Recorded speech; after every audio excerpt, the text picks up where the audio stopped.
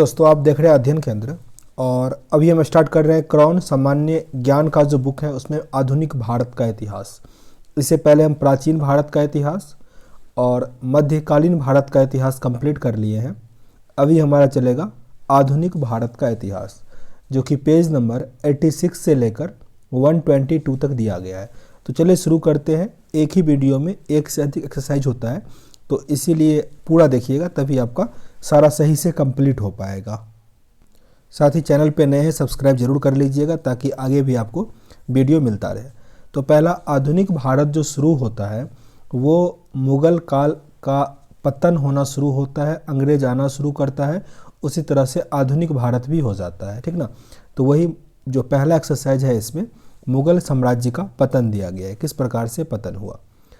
अहमदनगर में 3 मार्च 1707 को औरंगजेब की मृत्यु हो गई। औरंगजेब की मृत्यु अहमदनगर में हुआ था 1707 को। औरंगजेब की मृत्यु के बाद उसके 3 पुत्र मोहम्मद मुअज्जम, मोहम्मद आजम और मोहम्मद कामबख्श के बीच उत्तराधिकार के लिए युद्ध हुआ था। किसके किसके बीच? उसका 3 पुत्र था, मोहम्मद मुअज्जम, मोहम्मद आजम और मोहम्मद कामबख्श। मुअज्जम, जो उस समय अफ़गानिस्तान में था, उसने लाहौर के निकट बहादुर शाह के नाम से अपना राज्याभिषेक कराया था, बहादुर शाह के नाम से। और जजाऊ के युद्ध में आजम और बीजापुर के युद्ध में कमबख्श को मार डाला था और दिल्ली के तख्त पर बैठ गया। बहादुर शाह प्रथम 1707 से लेकर 1712 तक रहा। बहादुर शाह प्रथम 65 वर्ष की आयु में मुगल सम्राट बना था। 65 वर्ष की आयु में उसने मराठों और राजपूतों के प्रति मैत्रीपूर्ण नीति अपनाई तथा मराठा नेता साहू संभाजी का पुत्र जो था संभाजी का पुत्र था को मुगल कैद से आज़ाद किया। इसको फिर से रिपीट करते हैं। मराठों और राजपूतों के प्रति मैत्रीपूर्ण नीति अपनाया तथा मराठा का जो नेता था साहू, जो कि संभाजी का पुत्र था, उसको मुगल कैद से आज़ाद करवाया। साहू को किसने कैद किया था? तो वो औरंगजेब ने किया था। जोशुआ केटेलार के नेतृत्व में एक डच प्रतिनिधि मंडल बहादुर शाह के दरबार में आया हुआ था। इतिहासकार खाकी खां ने बहादुर शाह को शाह-ए-बेखबर कहकर पुकारा था। शाह-ए-बेखबर किसे कहा जाता था? बहादुर शाह को। बहादुर शाह को शाह-ए-बेखबर कहा जाता था। उसके बाद आता है जहांदार शाह। जहांदार शाह 1712 से लेकर 1713 तक 1 साल तक रहा था। जहांदार शाह जुल्फ़िकार खां की मदद से सिंहासन पर बैठा और उसे अपने वजीर नियुक्त किया था। और उसे अपना वजीर, जहांदार शाह ने जुल्फ़िकार खां को अपना वजीर नियुक्त किया। उसने आमेर के राजा जय सिंह को मिर्जा राजा की उपाधि के साथ मालवा का सूबेदार बनाया और मारवाड़ के राजा अजीत सिंह को महाराजा की उपाधि देकर गुजरात का सूबेदार बनाया। यहाँ पे 2 नाम है, एक राजा जय सिंह जिन्हें मालवा का सूबेदार और अजीत सिंह को गुजरात का सूबेदार बनाया। जहांदार ने जजिया बंद कर दिया। जहांदार शाह जजिया बंद कर दिया। वो अपनी प्रेमिका लाल कुंवर से काफ़ी प्रभावित थी।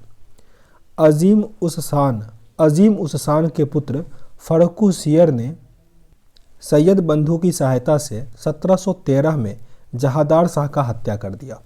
सैयद बंधु का हेल्प लेकर फर्रुखसियर जो था वो जहांदार शाह का हत्या कर दिया। जहांदार शाह को लोग लापरवाह या लंपट मूर्ख कहते थे। ये प्रश्न कई बार आता है।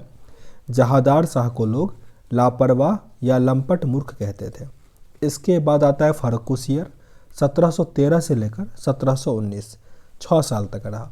फर्रुखसियर को सैयद बंधु जो कि अब्दुल्ला खां और हुसैन अली थे, इसके सहयोग से सिंहासन मिला था और वे निर्माता यानी किंग मेकर कहलाए। मुगल काल में, मतलब इतिहास में मुगल टाइम में किंग मेकर किसे कहा जाता था? तो ये सैयद बंधु थे, जिनमें नाम था इनका अब्दुल्ला खां और हुसैन अली खां।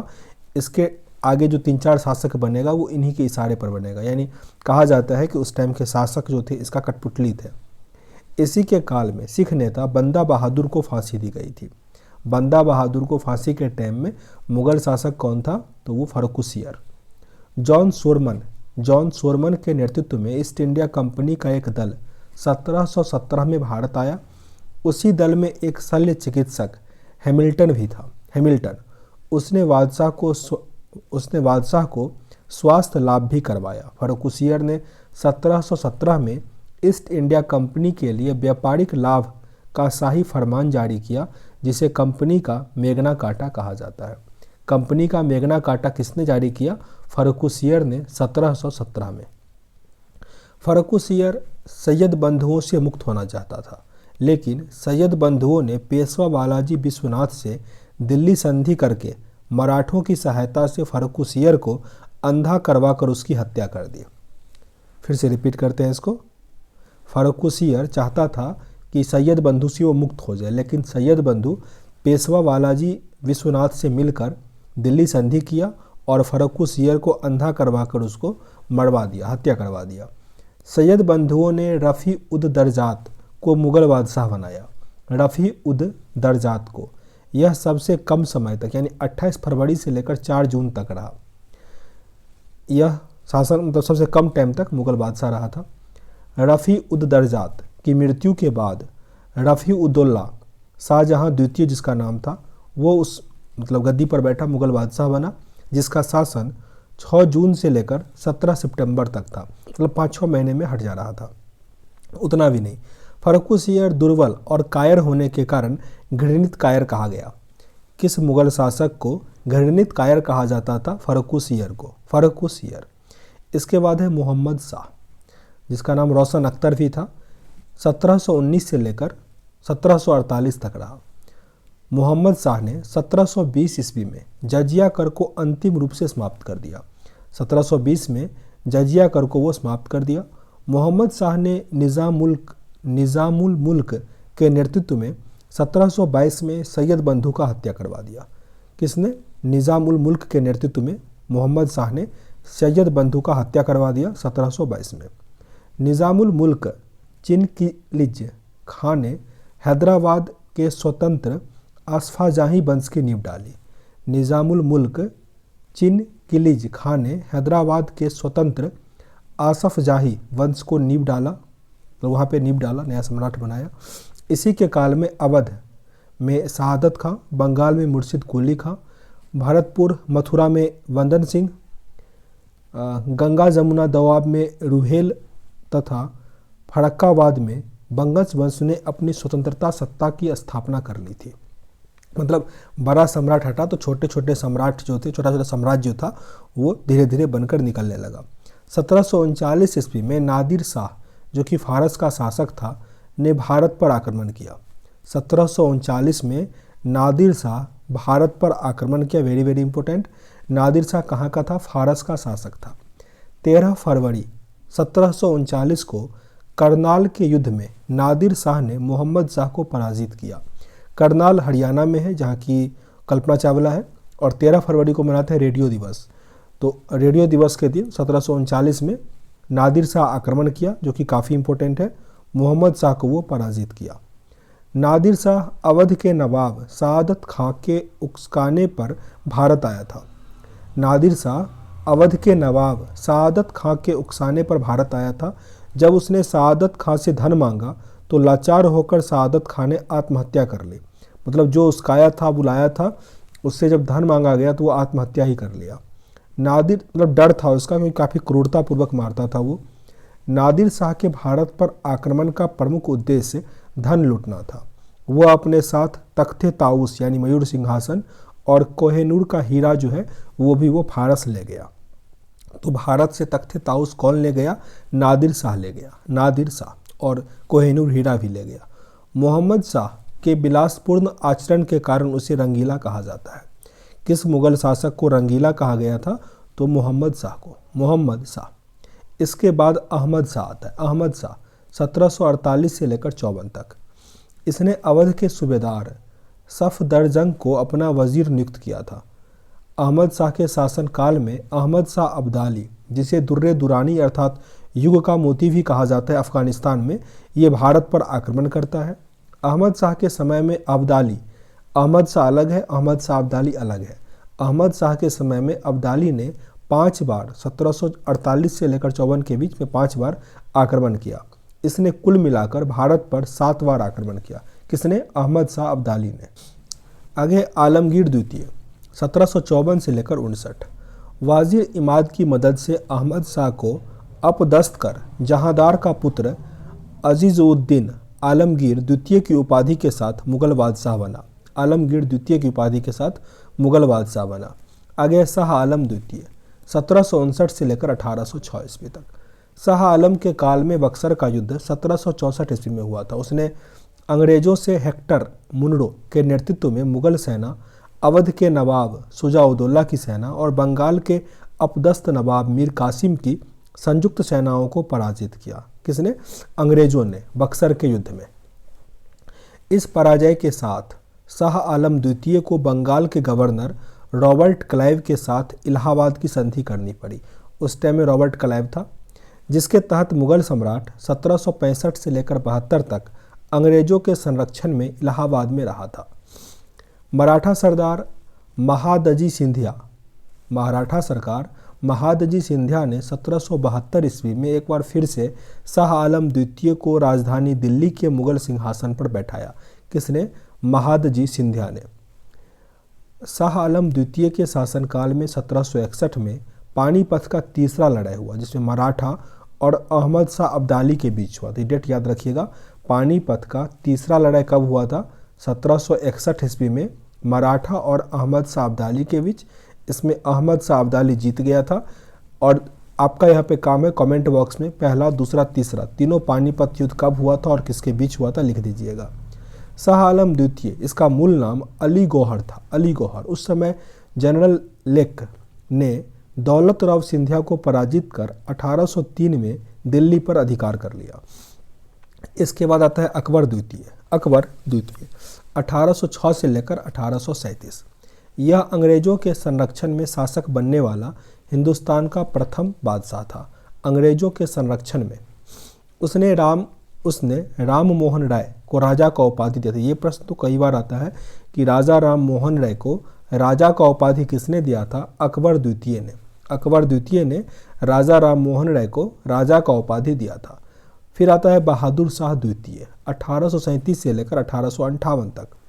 यह अंतिम मुगल बादशाह था। बहादुर शाह द्वितीय प्रसिद्ध शायर होने के कारण इसे जफर भी कहा गया। बहादुर शाह जफर जो कहते हैं, जफर। 1857 के विद्रोह में विद्रोहियों का साथ देने के कारण अंग्रेज सरकार ने उसे गिरफ्तार कर रंगून, जो कि म्यांमार है, वहां पर भेज दिया। वहां 1862 में इनकी मृत्यु हो गई। प्रश्न आता है कि जो किस मुगल शासक का मृत्यु वहां पे हुआ? म्यांमार में, रंगून में हुआ। तो ये कौन है? बहादुर शाह द्वितीय है। बहादुर शाह द्वितीय याद रखिएगा 1862 में हुआ था। प्रश्न इसे कई आते हैं। अब आगे जो हमारा एक्सरसाइज है दूसरा, यह है यूरोपीय कंपनियों का भारत आगमन। यूरोपीय कंपनियों का भारत आगमन, जो कि काफ़ी इंपॉर्टेंट है। दिया गया है भारत में यूरोपीय वाणिज्य कंपनियों का आगमन 15वीं शताब्दी के उत्तरार्ध में हुआ था, यानी 15वीं शताब्दी के अंत में हुआ था। ठीक ना? उसके आगमन का क्रम कुछ इस प्रकार यहाँ पे दिया गया है। जैसे कंपनी और आगमन की बात करें तो पुर्तगाली सबसे पहले आया था 1498 में। जो हम लोग पढ़ते हैं भारत का खोज किया था, तो वही पुर्तगाली 1498 में। याद रखिएगा, भारत का खोज उसने किया नहीं था, भारत का समुद्री रास्ता का खोज किया था कि भारत तक कैसे पहुँचे। ठीक ना? तो पुर्तगाली 1498 ईस्वी में, अंग्रेज 1600 में, अंग्रेज 1600, डच आया 1602 में, फिर डेनिश 1616, फ्रांसीसी 1664 और स्वीडिश सबसे लास्ट में 1631। एक बार रिपीट कर लीजिए, सबसे पहले पुर्तगाली, फिर अंग्रेज, उसके बाद डच, फिर डेनिश, फ्रांसीस और स्वीडिश। पुर्तगाली दिया गया है पहला। प्रथम पुर्तगाली वास्को डिगामा गुजराती पथ प्रदर्शक अब्दुल मनीद की सहायता से 90 दिन की समुद्री यात्रा के बाद 17 मई 1498 को भारत के पश्चिमी तट पर स्थित कालीकट यानी केरल बंदरगाह पर उतरा था। वहां पर हिंदू शासक जैमोरिन ने उसका स्वागत किया था। जैमोरिन वहां पे क्षेत्रीय शासक था, वो उसका स्वागत किया था। प्रश्न आता है कि जब वास्को डिगामा भारत पहुंचा, केरल पहुंचा, तो उसका स्वागत किसने किया? जैमोरिन ने किया था। जैमोरिन ने किया था। कालीकट 1498 याद रखिएगा 17 मई। पेड्रो एल्वारेज केब्राल ये दूसरा पुर्तगाली था जो 31 दिसंबर 1500 को भारत आया था। 1502 में वास्को डी गामा पुनः भारत आया। एक बार तो चला गया था, उसको फायदा हुआ खूब, तो फिर से भारत आया था। वास्को डी गामा, माफ़ कीजिएगा, फ्रांसिस्को डी अल्मीडा जो कि 1505 से लेकर 1509 तक रहा, प्रथम पुर्तगाली गवर्नर के रूप में 1505 में भारत आया था। उसने भारत में शांत जल की नीति यानी ब्लू वाटर पॉलिसी को अपनाया था। ब्लू वाटर पॉलिसी क्या था कि जैसे पुर्तगाली क्या था, उस रास्ते का खोज किया था, तो ये चाहता था कि इस रास्ते से और कोई ना आए, तो उसके लिए टैक्स देना पड़ेगा, या कुछ ऐसा नीति बनाया था, इस पे मेरा अधिकार है, ठीक ना। तो यही था ब्लू वाटर पॉलिसी। जो किसने बनाया था, ये प्रश्न अक्सर एग्जाम में पूछा जाता है, तो ये नाम याद रखिएगा, फ्रांसिस्को डी अल्मोडा नाम याद रखिएगा, पूछा जाता है। आगे 1509 में अल्फांसो डी अल्बुकर्क, ये अल्फांसो डी अल्बुकर्क याद रखिएगा, 1509 में अल्फांसो डी अल्बुकर्क दूसरा गवर्नर बनकर भारत आया था। यह भारत में पुर्तगाली शक्ति का वास्तविक संस्थापक माना जाता है। प्रश्न आता है कि पुर्तगाली शक्ति का वास्तविक संस्थापक कौन माना जाता है? Afonso de Albuquerque. इसने कोचीन को अपना मुख्यालय बनाया। 1510 में इसने बीजापुर के शासक यूसुफ आदिल शाह से गोवा छीन लिया था। 1510 में यूसुफ आदिल शाह जो कि वहाँ का शासक था, उससे क्या किया था, वो गोवा छीन लिया था। अल्बुकर्क जो है 1511 ईस्वी में दक्षिण पूर्वी एशिया की महत्वपूर्ण मंडी मलक्का पर नियंत्रण स्थापित किया। 1515 में फारस की खाड़ी स्थित हरमुज पर उसने अधिकार कर लिया। 1530 में पुर्तगाली गवर्नर नीनो डी कुन्हा ने कोचीन की जगह गोवा को राजधानी बनाया। जो पहले कोचीन राजधानी था, अब राजधानी क्या हो गया था, गोवा हो गया था। कुन्हा ने मद्रास के निकट सैंथोम और बंगाल में हुबली और पुर्तगाली बस्तियां स्थापित किया। उसने 1534 ईस्वी में वेसिन पर और 1535 में द्वीप पर अधिकार कर लिया। सही है। पुर्तगाली गवर्नर मार्टिन डिसूजा के साथ प्रसिद्ध संत जेवियर भारत आया था। पुर्तगाली समुद्रिक साम्राज्य को एस्तादो द इंडिया नाम दिया। वो जो रास्ता था उसको नाम दिया एस्तादो द इंडिया।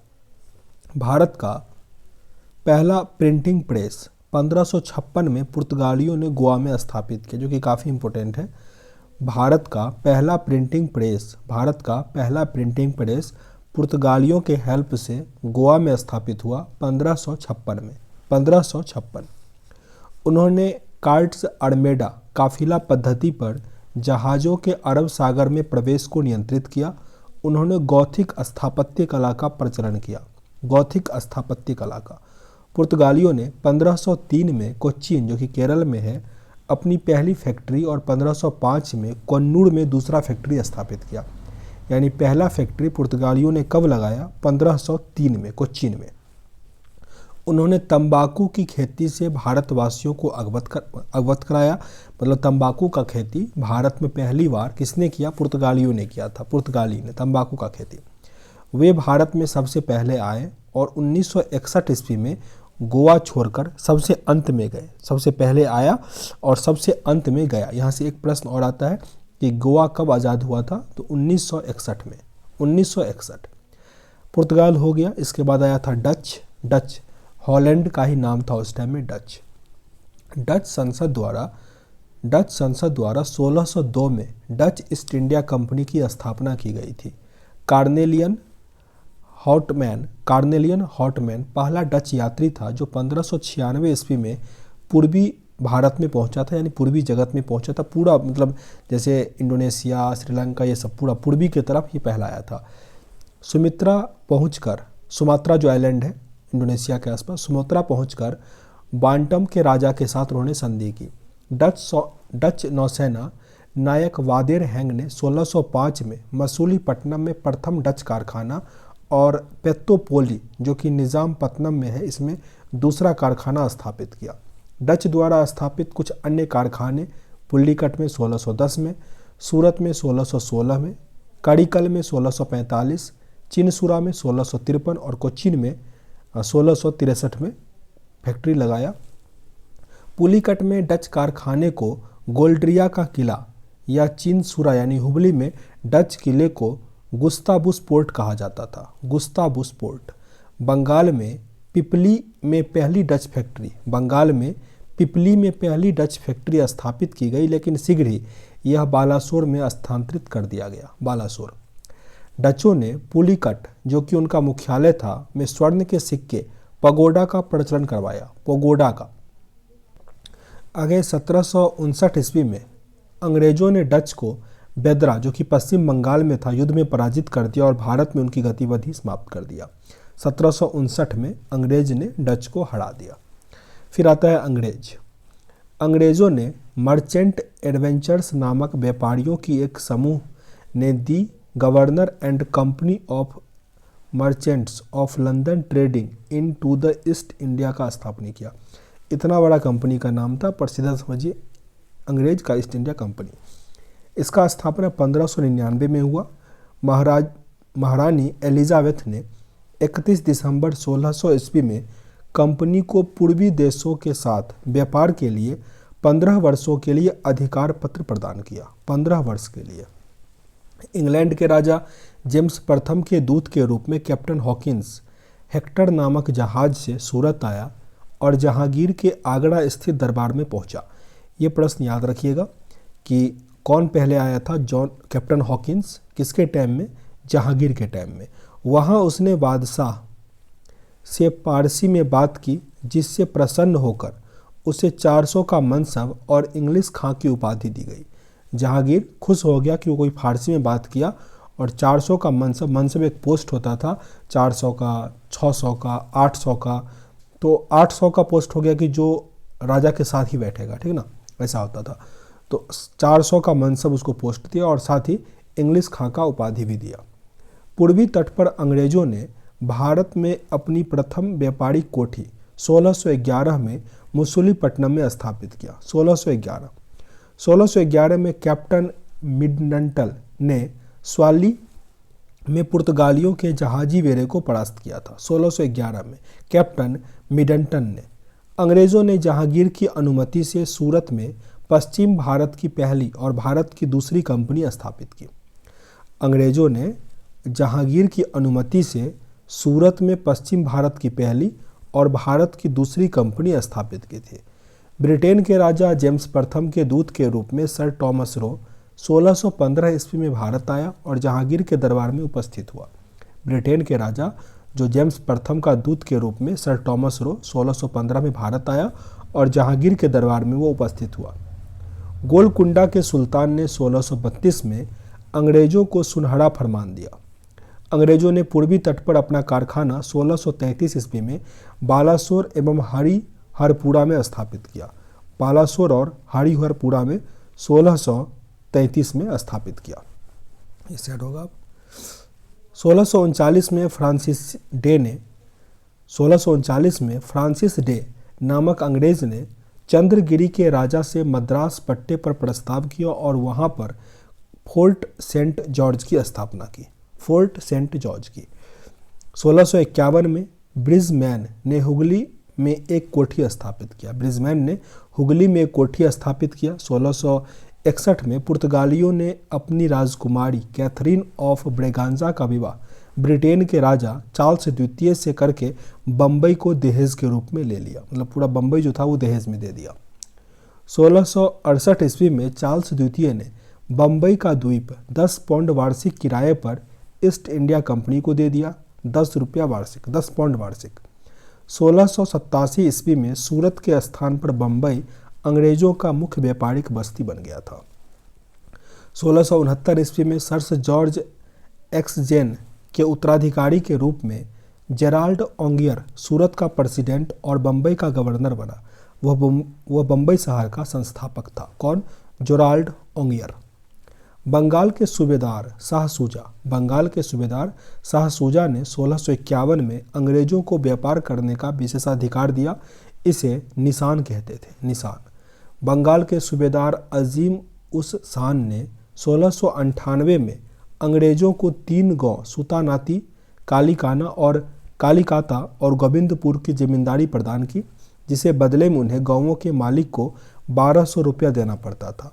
जॉब चॉर्नोक ने बंगाल के इन तीनों गांव को मिलाकर आधुनिक कलकत्ता का नींव डाला तथा फोर्ट विलियम का निर्माण किया। यह पहला प्रेसिडेंट सर चार्ल्स आयर था, जिसका पहला प्रेसिडेंट कौन था? सर चार्ल्स आयर, जो काफ़ी इंपॉर्टेंट है। कलकत्ता का स्थापना किसने किया?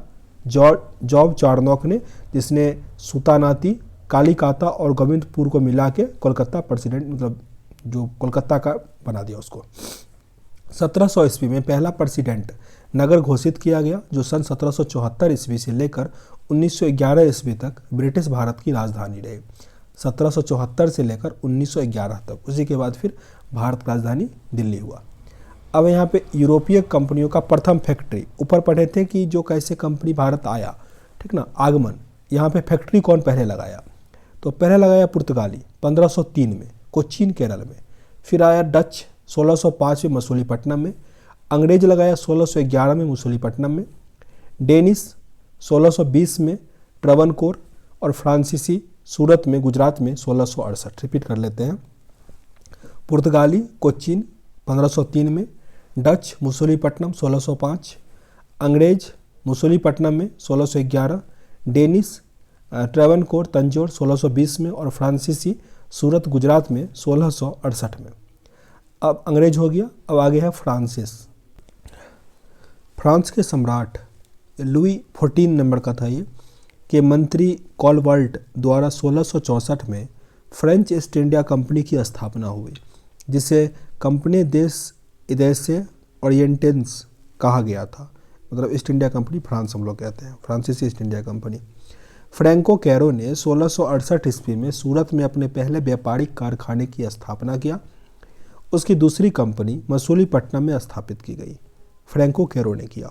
1673 में फ्रांसिस मार्टिन ने वालिंकोडागपुरम में मुस्लिम सूबेदार शेर खां लोदी से पुद्दुचेरी जो है नामक एक गाँव प्राप्त किया, पुद्दुचेरी, जो आगे चलकर पांडिचेरी के नाम से जाना गया। डचों ने पुद्दुचेरी को छीन लिया, लेकिन रिजविक की संधि के बाद पुद्दुचेरी जो था वह पुनः फ्रांसिस को मिल गया। बंगाल के मुख्य फैक्ट्री चंद्रनगर में था, बंगाल का मुख्य फैक्ट्री चंद्रनगर में था। फ्रांसीसियों ने 1721 में मॉरिशस, 1725 में मालाबार में स्थित माही तथा 1739 में कारीकाल पर अधिकार कर लिया। 1742 में डुप्ले गवर्नर बना। वह भारत में फ्रांसीसी साम्राज्य स्थापित करना चाहता था। अंग्रेजों और फ्रांसीसियों के बीच कर्नाटक क्षेत्र में कुल 3 युद्ध हुए। आंग्ल फ्रांसीसी युद्ध, जिसे कहा गया कर्नाटक युद्ध। 22 जनवरी 1760 को लड़े गए वांडीवास के युद्ध में फ्रांसीसी सेना पराजित हुई और उसका वर्चस्व भारत में समाप्त हो गया। 1760 में हुआ था वांडीवास का युद्ध, काफ़ी इंपॉर्टेंट है। इस युद्ध में जनरल आयरकुट ने अंग्रेजी सेना का नेतृत्व किया था, अंग्रेजों का जीत हुआ था। यहाँ पे जो तीनों कर्नाटक युद्ध हुआ था, याद कर लेते हैं इसको। पहला कर्नाटक युद्ध 46 में हुआ था, 46 से 48 के बीच। इसमें कौन सा संधि हुआ था? एला सापेल का संधि, फ्रांसिस इसमें जीत गया था। फिर दूसरा कर्नाटक युद्ध हुआ 1749 से 54 तक, जिसमें पुद्दुचेरी की संधि हुई थी। अंग्रेज का प्रभाव इसमें अधिक रहा था। तृतीय कर्नाटक युद्ध हुआ था, जिसमें पेरिस संधि हुआ। वांडीवास का युद्ध यही था, जिसमें पराजित हो गया अच्छी तरह से फ्रांसिस 1756 में। एक बार फिर से याद करते हैं इसको। प्रथम कर्नाटक युद्ध 1746, इसमें एला सापेल का दर्रा, एला सापेल का संधि। द्वितीय कर्नाटक युद्ध 1749 में, 50 से 1 साल पहले 1749, पुद्दुचेरी का संधि। और तृतीय कर्नाटक युद्ध में पेरिस का संधि हुआ 1756 में। पहला में फ्रांसिस जीता, दूसरे में प्रभाव रहा अंग्रेजों का, और तीसरे में वो हार ही गया। आगे एक्सरसाइज है नवीन सत्तानीय राज, जो नया नया उस टाइम में मतलब राज्य बना था अंग्रेजों के आने से पहले थोड़ा, तो वो सब यहाँ पे दिया गया है। तो पेशवा शक्ति का विकास उस टाइम में हुआ था, जिसमें पहला शासक है बालाजी विश्वनाथ, 1713 से लेकर 1720। ये चित्त पावन वंशीय ब्राह्मण थे, जो 1713 में साहू के पेशवा बने थे। इन्होंने मुगल शासक फर्रुखसियर को हटाने में सैयद बंधुओं की मदद की थी। फर्रुखसियर को हटाने में पड़े थे कि उसको अंधा करके उसका हत्या कर दिया था। आगे बाजीराव प्रथम 1720 से लेकर 1740। बाजीराव प्रथम बालाजी विश्वनाथ का पुत्र था। बाजीराव प्रथम बालाजी विश्वनाथ का पुत्र था। इसे मराठा परिसंघ की स्थापना की थी। इसने होलकर यानी इंदौर, सिंधिया यानी ग्वालियर, गायकवाड़ यानी बड़ौदा और भोंसले यानी नागपुर उसमें शामिल है। यह पूना में अपना पहला केंद्र बनाया। 1728 में बाजीराव प्रथम और निज़ाम उल मुल्क के बीच पालखेड़ा के युद्ध हुआ, जिसमें मराठा जीत गया और निज़ाम उल मुल्क जो था वो हार गया था। फिर आते हैं बालाजी बाजीराव 1774 से लेकर 61 तक, 21 वर्ष तक। यह राजा राम द्वितीय का पेशवा था। इसमें राज्य की संपूर्ण शक्ति अपने हाथों में ली थी और पेशवा के पद को वंशानुगत बनाया। इसी के काल में पानीपत का तीसरा लड़ाई हुआ था और अब्दुल जो था अहमद शाह अब्दाली, उससे वो हार गया था। 14 जनवरी 1761 को लड़ा गया था पानीपत का तीसरा लड़ाई। इस युद्ध में मिली पराजय को बालाजी बाजीराव सहन नहीं कर सके और 1761 में ही उनकी मृत्यु हो गई थी। बाजीराव द्वितीय अंतिम पेशवा था, जिसे अंग्रेजों ने कानपुर के निकट बिठूर नामक स्थान पर निर्वासित कर दिया। अंततः 1818 ईस्वी में पूना अंग्रेजों को मिल गया। इस प्रकार मराठा परिसंघ पूरी तरह से समाप्त हो गया। यहाँ पे कुछ युद्ध के बारे में दिया है। आंग्ल मराठा युद्ध जो हुआ, यहाँ पे आंग्ल मतलब हो गया कि अंग्रेज और मराठा तो मराठा हुआ, ठीक ना। तो प्रथम आंग्ल मराठा युद्ध 1775 से लेकर 82 तक चला था, 1775 से लेकर 82 तक, जिसमें संधि कौन सा, जब प्रारंभ किससे हुआ था? सूरत की संधि से और ख़त्म हुआ सालाबाई की संधि से, ठीक ना। इस टाइम में जो बंगाल का गवर्नर था वारेन हेस्टिंग था। द्वितीय हुआ 1803 में, ये शुरू हुआ वासिन की संधि से और ख़त्म हुआ राजघाट की संधि पर, जॉर्ज वार्लो था। और तृतीय में तो हार ही गया था, तो लॉर्ड हेस्टिंग अपना खत्म कर दिया। अब है अवध के बारे में। अवध को अंग्रेजी और मराठा राज्यों के बीच होने का कारण बफर राज्य कहा जाता है। दोनों के बीच में था, अवध और अंग्रेजों के बीच में, मतलब अंग्रेजों और मराठा के बीच में, इसीलिए उसको बफर राज्य कहा जाया था। शहादत खां या बुरहान मुल्क ने अवध को 1722 में स्वतंत्र घोषित किया था। 1722 में शहादत खां के बाद सफदरजंग यानी अब्दुल मसूर खां अवध का नवाब बना और फिर उसका पुत्र शुजाउद्दौला अवध का नवाब बना। 1754 से लेकर 75 के बीच शुजाउद्दौला ने वारेन हेस्टिंग के साथ 1713 में बनारस का संधि किया था। 1775 में अवध के नवाब आसफउद्दौला ने फैजाबाद की जगह लखनऊ को राजधानी बनाया, जहां उसने इमामबाड़ा का निर्माण करवाया था। इमामबाड़ा का वाजिद अली शाह अवध का अंतिम नवाब था। इसी के शासनकाल में अवध पर कुशासन का इल्ज़ाम लगाकर अंग्रेजों ने इसे 1856 में ब्रिटिश शासन में मिला लिया था। अवध मिल गया। आगे है मैसूर। हैदर अली का जन्म 1722 में मैसूर के कोलार जिले में हुआ था। 1755 ईस्वी में डांडी गुल के किले का फैजादार बना तथा 1761 में वह मैसूर का शासक बना। हैदर अली ने प्रथम आंग्ल मैसूर युद्ध में अंग्रेजों को हराया था। प्रथम आंग्ल मैसूर युद्ध जो था उसमें अंग्रेजों को हराया था। द्वितीय आंग्ल मैसूर युद्ध में जनरल आयरकूट ने पोर्टो नोवा के युद्ध में हैदर को परास्त किया और अंततः हैदर की मृत्यु हो गई। आगे टीपू सुल्तान। टीपू एक पढ़ा लिखा योग्य शासक था। टीपू सुल्तान जो था वो पढ़ा लिखा योग्य शासक था। उसे अरबी, फारसी, उर्दू और कन्नड़ भाषाओं का ज्ञान था। उसने नई मुद्रा, नई मापतौल की इकाई बनाई और नवीन सावंत का भी प्रचलन करवाया। टीपू ने श्रृंगेरी के जगत गुरु शंकराचार्य के सम्मान में मंदिरों का पुनर्निर्माण करवाया। उसे श्रृंगेरी मंदिर में देवी शारदा की मूर्ति का निर्माण के लिए धन भी दिया था टीपू सुल्तान ने। टीपू ने फ्रांसीसी क्रांति से प्रभावित होकर श्रीरंगपट्टनम में जोकोवियन क्लब का स्थापना किया था, जिसका सदस्य बना और स्वयं को नागरिक टीपू कहने लगा।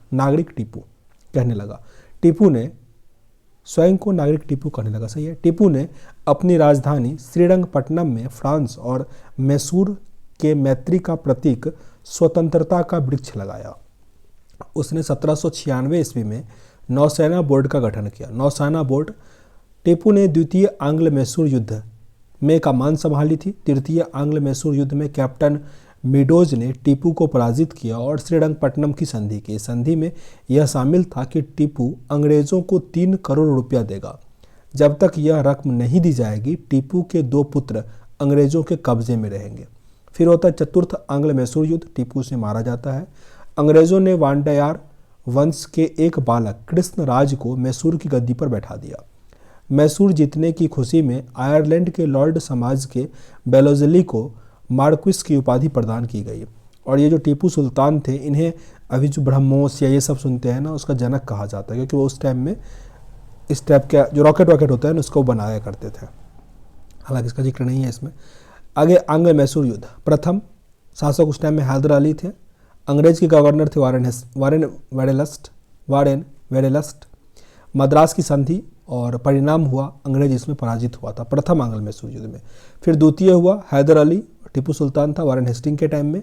मंगलोर का संधि हुआ, हैदर अली से मारा गया था हैदर अली। तृतीय में टीपू सुल्तान हार गया था, तभी उसके दोनों बेटे को वो कब्जा किया था, श्रीरंगपट्टनम की संधि। और फिर चतुर्थ हुआ, इसमें टीपू सुल्तान ही मारा गया लॉर्ड वेलेस्ली के टाइम में, टीपू की मृत्यु ही हो गया, सहायक संधि हुआ था। आगे है पंजाब। गुरु गोविंद सिंह की मृत्यु के बाद उनके शिष्य बंदा बहादुर ने सिखों का नेतृत्व किया। बंदा बहादुर ने सिखों का पहला राजनीतिक नेता हुआ। उसने प्रथम सिख राज्य की स्थापना की। किसने? बंदा बहादुर ने। 1716 ईस्वी में फर्रुखसियर द्वारा बंदा बहादुर का हत्या कर दिया गया था। कपूर सिंह के नेतृत्व में 1748 में दल खालसा का स्थापना हुआ। कपूर सिंह की मृत्यु के बाद जस्सा सिंह अहलूवालिया ने दल खालसा को 12 स्वतंत्र मिसलों में विभाजित कर दिया, जिसमें भंगी मिसाल सबसे शक्तिशाली था। सुकरचकिया मिसल को आधुनिक पंजाब के निर्माण का श्रेय दिया जाता है। किसको? सुकरचकिया मिसल को, सुकरचकिया मिसल। फिर आते हैं महाराज रंजीत सिंह। रंजीत सिंह का जन्म 13 नवंबर 1780 को हुआ था। उसके पिता महासिंह थे। महासिंह रंजीत सिंह सुकरचकिया मिशन के थे, सुकरचकिया मिसल के। रंजीत सिंह ने भंगी मिसल से लाहौर और अमृतसर छीनकर लाहौर को अपना राजधानी बनाया। अफगान के शासक शाह शुजा ने रंजीत सिंह को कोहिनूर हीरा दिया था। कोहिनूर, अफगान के शासक शाह शुजा ने रंजीत सिंह को कोहिनूर का हीरा दिया था। फैज़-ए-आइन रंजीत सिंह की अस्थायी सेना थी। उन्होंने लाहौर में तोप निर्माण का एक कारखाना भी खोला था, तोप निर्माण का। रंजीत सिंह की सरकार एक खालसा कहलाता थी। उन्होंने नानक शाही सिक्के चलवाए, नानक शाही सिक्के। 1839 में रंजीत सिंह की मृत्यु के बाद उसके उत्तराधिकारी का क्रम खरग सिंह, नैनिहाल सिंह, शेर सिंह और दिलीप सिंह रहा। यहाँ पे आंग्ल सिख है, तो आंग्ल मतलब वही अंग्रेज है, और सिख है। तो प्रथम आंग्ल सिख युद्ध हुआ 1845 से 46 में। सिख शासक दिलीप सिंह थे। लॉर्ड हार्डिंज इस टाइम में गवर्नर था। लाहौर का संधि हुआ। अंग्रेजों ने दिलीप सिंह महाराजा की पदवी दी थी। द्वितीय आंग्ल सिख युद्ध हुआ, दिलीप सिंह थे इस टाइम, ये सब था। लॉर्ड डलहौजी के टाइम में अमृतसर का संधि हुआ। दिलीप सिंह ने कोहिनूर हीरा लेकर ब्रिटिश राजमुकुट में लगा दिया। दिलीप सिंह से हीरा ले लिया लॉर्ड डलहौजी और ब्रिटिश क्राउन में लगा दिया। उसके आगे रामनगर का युद्ध हुआ 1848 में। चिलियावाला का युद्ध हुआ था 1849 में। गुजरात का युद्ध हुआ था 1849 में ही। फिर है बंगाल। स्वतंत्र बंगाल की स्थापना 1717 ईस्वी में मुर्शिद कुली खान ने किया था। स्वतंत्र बंगाल का स्थापना 1717 में मुर्शिद कुली खान ने किया था। 1740 में अलीवर्दी खां बंगाल का नवाब बना। उसकी मृत्यु के बाद सिराजुद्दौला बंगाल का नवाब बना था। सिराजुद्दौला काफ़ी इंपॉर्टेंट है। सिराजुद्दौला 17 अप्रैल 1756 को बंगाल का नवाब बना। सिराजुद्दौला ने अंग्रेज़ों की कासिम बाज़ार की फैक्ट्री पर कब्जा कर लिया। सिराजुद्दौला ने अंग्रेज़ों का जो कासिम बाजार था उसकी फैक्ट्री पर कब्जा कर लिया। अधिकांश अंग्रेज ज्वरग्रस्त यानी पुल्टा द्वीप पर भाग गए। 20 जून 1776 को काल कोठरी दुर्घटना हुई, जिसमें 176 अंग्रेजों को बंदी बनाया गया और 21 जून को उसमें से मात्र 23 जीवित बचे, यानी टोटल 123 जो था वो मर गया था। अंग्रेजों ने पुनः कलकत्ता पर अधिकार कर लिया। 9 फरवरी 1757 को अंग्रेज और नवाब के बीच अलीनगर का संधि हुआ था। फिर होता है प्लासी का युद्ध 23 जून 1757। प्लासी बंगाल के नदिया जिले के भागीरथी नदी के बाएं किनारे में अवस्थित है। इस युद्ध में अंग्रेजों सेना का नेतृत्व क्लाइव किया था। नवाब सिराजुद्दौला की सेना का नेतृत्व मीर जाफर, यार लतीफ़ खां और राजा दुर्लभ राय ने किया था। अंततः मीर जाफर के पुत्र मीरन के इशारे पर मोहम्मद बेग ने सिराजुद्दौला का हत्या कर दिया। मीर जाफर के पुत्र मीरन के इशारे पर मोहम्मद बेग ने ही सिराजुद्दौला का हत्या कर दिया। प्लासी के युद्ध के समय आलमगीर द्वितीय मुगल बादशाह था। फिर आता है मीर जाफर। सिराजुद्दौला का मृत्यु मीर जाफर से भी करवा दिया था। तो सिराजुद्दौला की मृत्यु के बाद क्लाइव ने 30 जून 1757 को मीर जाफर को बंगाल का नवाब बना दिया। यह अंग्रेजों द्वारा बनाया गया बंगाल का पहला नवाब था। कौन? मीर जाफर।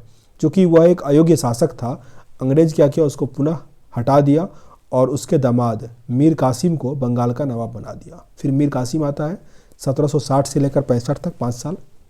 मीर कासिम ने अपनी राजधानी को मुर्शिदाबाद से मुंगेर स्थानांतरित कर दिया। मीर कासिम ने बंगाल के दस्तक के दुरुपयोग को रोकने के लिए आंतरिक व्यापार पर सभी प्रकार के शुल्कों की वसूली बंद करवा दी।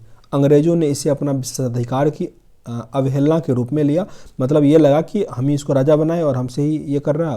तो उसने जुलाई को मीर जाफर को फिर से हटा दिया, मतलब कासिम को हटा दिया और मीर जाफर को फिर से बंगाल का नवाब बना दिया 1763 में। मीर कासिम ने बंगाल छोड़कर अवध के नवाब सुजाउद्दौला के यहाँ शरण लिया। सुजाउद्दौला, सिराजुद्दौला से सुजाउद्दौला कंफ्यूज नहीं कीजिएगा। सुजाउद्दौला अवध का था, सिराजुद्दौला बंगाल का था और वो मर गया है अभी सिराजुद्दौला, ठीक ना। सुजाउद्दौला की बात हो रही है अभी। बक्सर का युद्ध 22 अक्टूबर 1764 में हुआ। बक्सर के युद्ध में अंग्रेज़ों और मीर कासिम, अवध के नवाब सुजाउद्दौला और मुगल बादशाह शाह आलम द्वितीय का संयुक्त सेना था। अंग्रेजों की सेना का नेतृत्व हेक्टर मुनरो कर रहा था। इस युद्ध में अंग्रेज जीत गया। इस युद्ध के बाद अंग्रेजों की भारत में वास्तविक सत्ता स्थापित हो गई। 12 अगस्त 1765 ईस्वी को क्लाइव ने शाह आलम से इलाहाबाद की प्रथम संधि किया था। शाह आलम से पढ़े हुए थे ये। बंगाल में द्वैत शासन की शुरुआत 1765 में हुआ। लियोकार्टिस को द्वैत शासन का जनक माना जाता है। लियोकार्टिस को द्वैत शासन का जनक माना जाता है, लेकिन 1772 में वारेन हेस्टिंग ने बंगाल में द्वैत शासन का अंत कर दिया। अंग्रेजों ने अपने दीवानी कार्य को संचालित करने के लिए बिहार में राजा सिताव राय, बंगाल में मोहम्मद राजा खान और उड़ीसा में दुर्लभ राय को नियुक्त किया था। अंततः अंग्रेजों ने नवाब सुजाउद्दौला के साथ 16 अगस्त 1765 को इलाहाबाद की द्वितीय संधि की थी। अब आगे जो हमारा एक्सरसाइज है वो है सामाजिक धार्मिक पुनर्जागरण। सामाजिक धार्मिक पुनर्जागरण तो कंप्लीट कर लेते हैं इसको भी।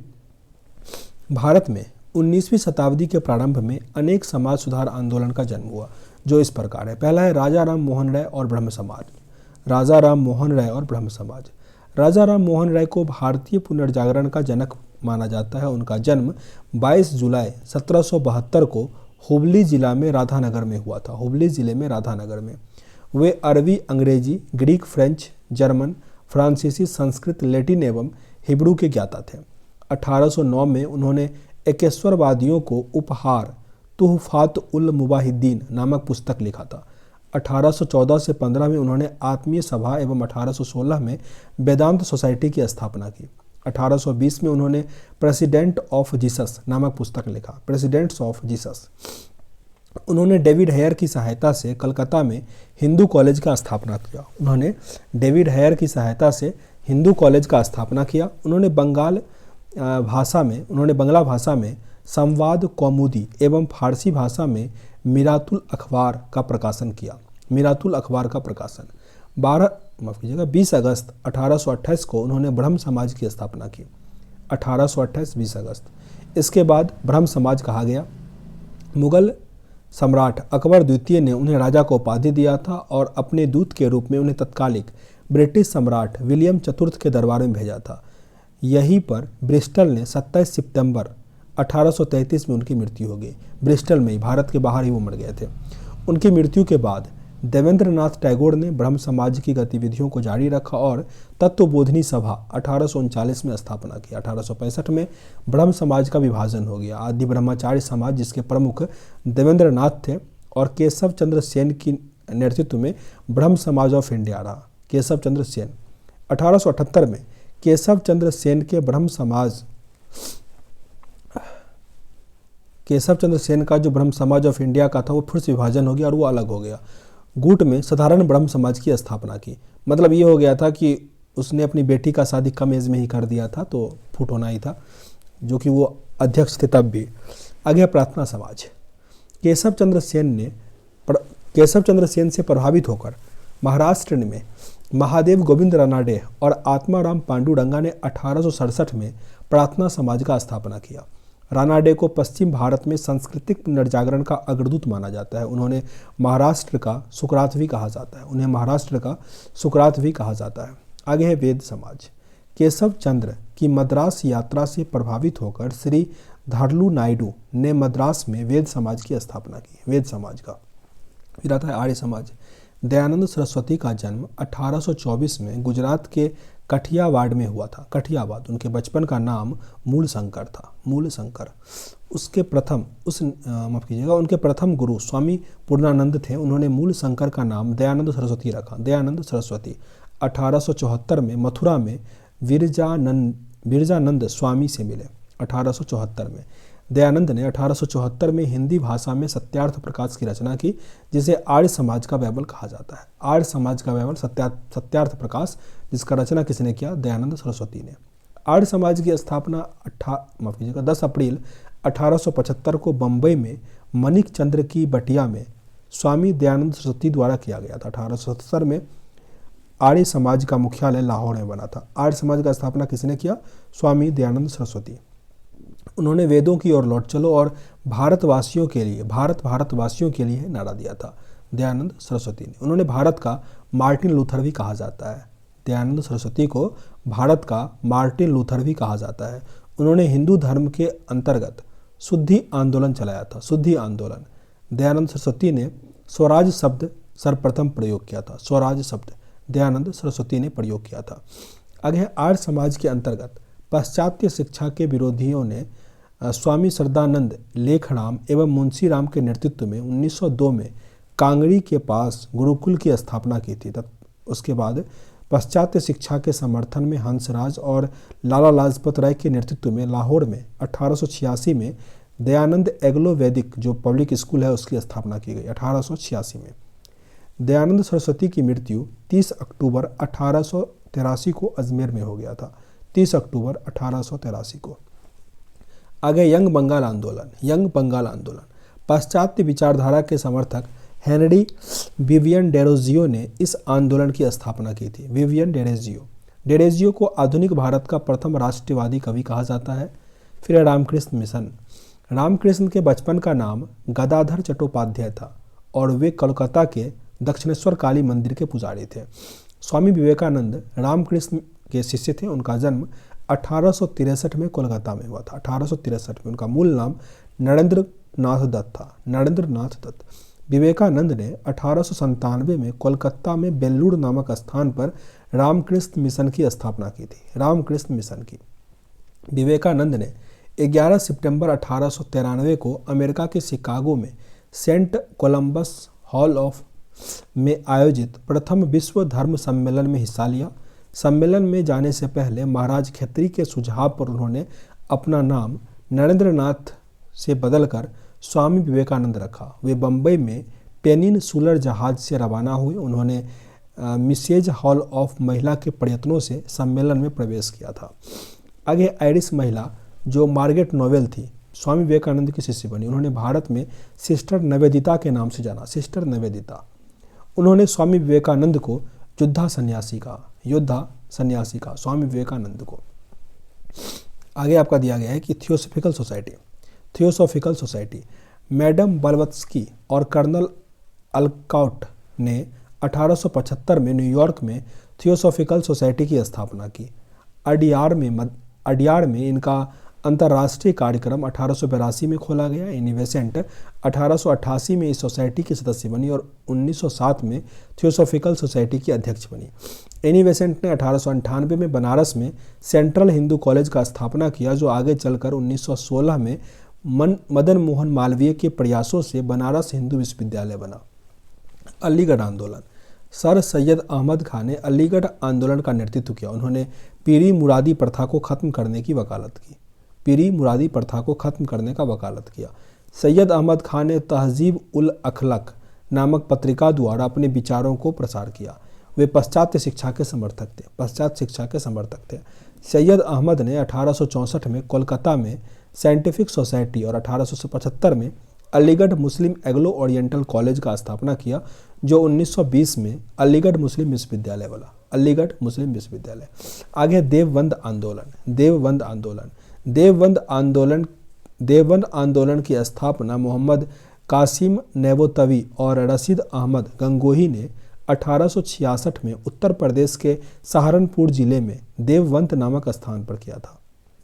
इस आंदोलन का प्रमुख उद्देश्य कुरान एवं हदीस की शिक्षाओं का मुसलमानों में प्रसार करते हुए विदेशी शासकों के विरुद्ध बगावत जारी करना था। फिर आता है अहमदिया आंदोलन।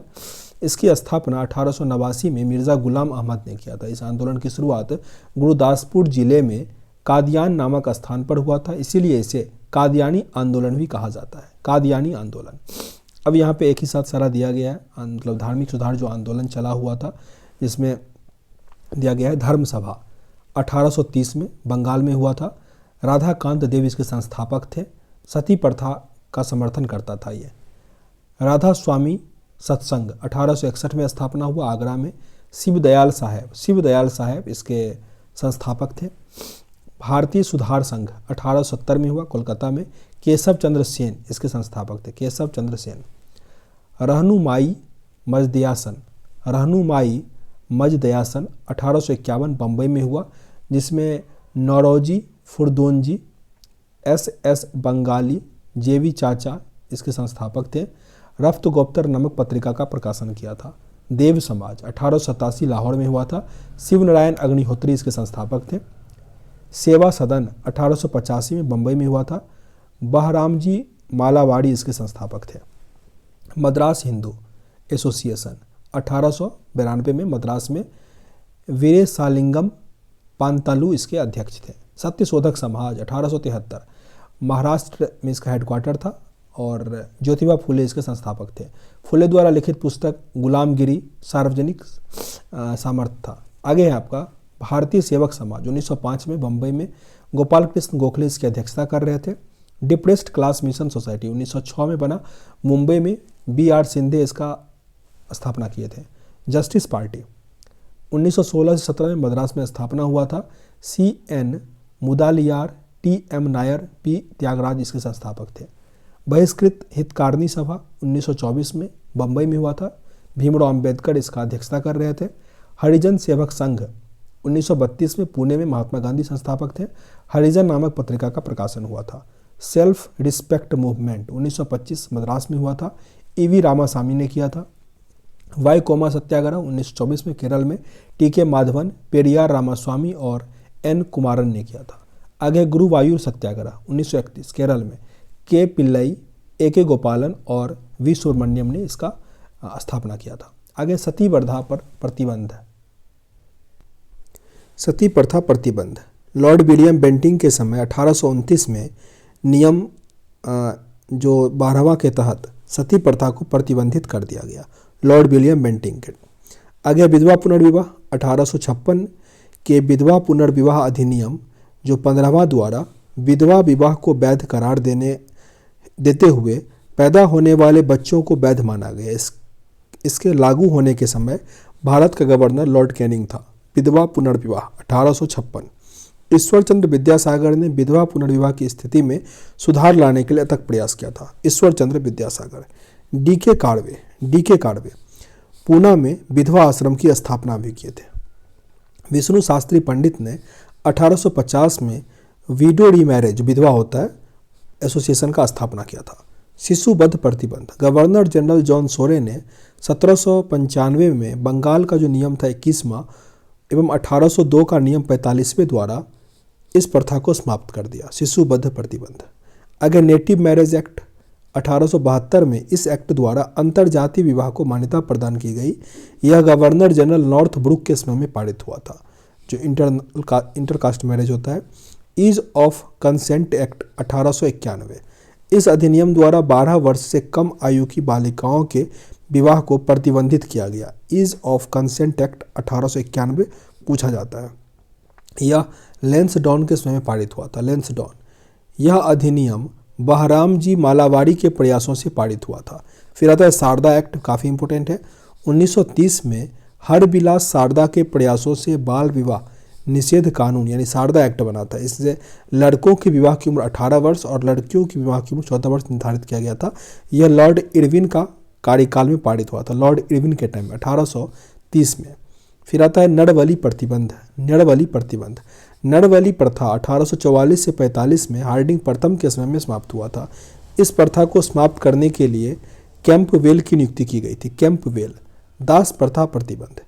इस प्रथा पर पूर्ण प्रतिबंध 1833 चार्टर एक्ट द्वारा लगाया गया। एलन बरो ने 1843 में 5वें अधिनियम द्वारा पूरे भारत में दास प्रथा को समाप्त किया। फिर आगे जो एक्सरसाइज है 1857 का विद्रोह, उसको हम अगले वीडियो में कवर करेंगे। सेशन अगर अच्छा लगा हो तो लाइक एंड शेयर जरूर कीजिएगा। मिलते हैं नेक्स्ट वीडियो में, तब तक के लिए जय हिंद।